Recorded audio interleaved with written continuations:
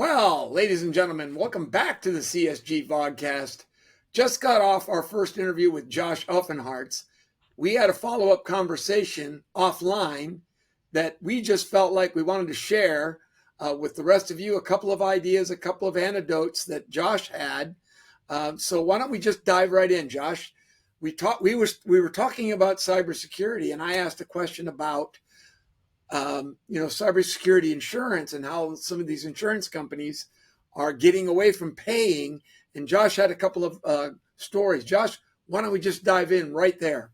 Yeah. So, again, for the audience, Dave, you explained that, a lot of the listeners are going to be working on the security side. And so, two of the anecdotes I'm going to share are the law firms as businesses and how they've been impacted. And again, it leads into the insurance question.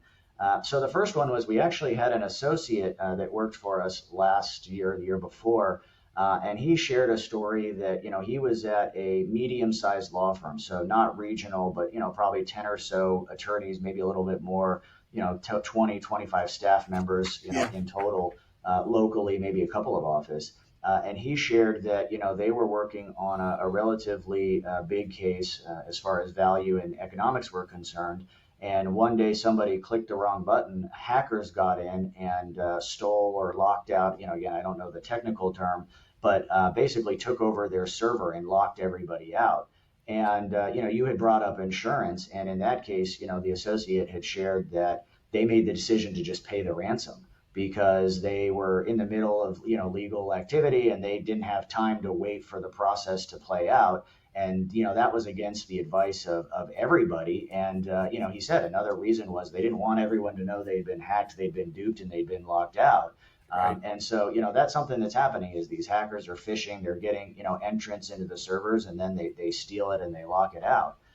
I had a similar experience. It sparked from our conversation where one of the previous firms that I had worked with in the past, when I onboarded, I had to go through an extensive security protocol. And I was like, hey, this is a little abnormal. Like, what's the deal? Do we have a client or something? And they said, no, 4 months before I had onboarded, an older partner had clicked a phishing link and they had lost or been locked out all of their client files. And they did go through insurance, they did go through negotiation. And the end result of that was the hackers corrupted a significant portion of the work. And so they joked, we've got A through M, but if you're a client at N through Z, it's been lost. Wow. So, it is something that firms are dealing with. It's something that would debilitate a law firm instantly. And I think to your point, you have this cyber insurance, you have these cyber notifications, you work with these other clients that you have to notify. But, the insurance companies sometimes can be insurance companies and, they lock you out and you're up the creek. You can't pay the ransom or you pay the ransom out of pocket and you still don't have the data. So, again, anyone working out there, that's a big one. And the education and the anti-phishing and the don't click with suspicious links and the, don't buy gift cards for the boss, all those things come into play because it's happening. They're attacking law firms.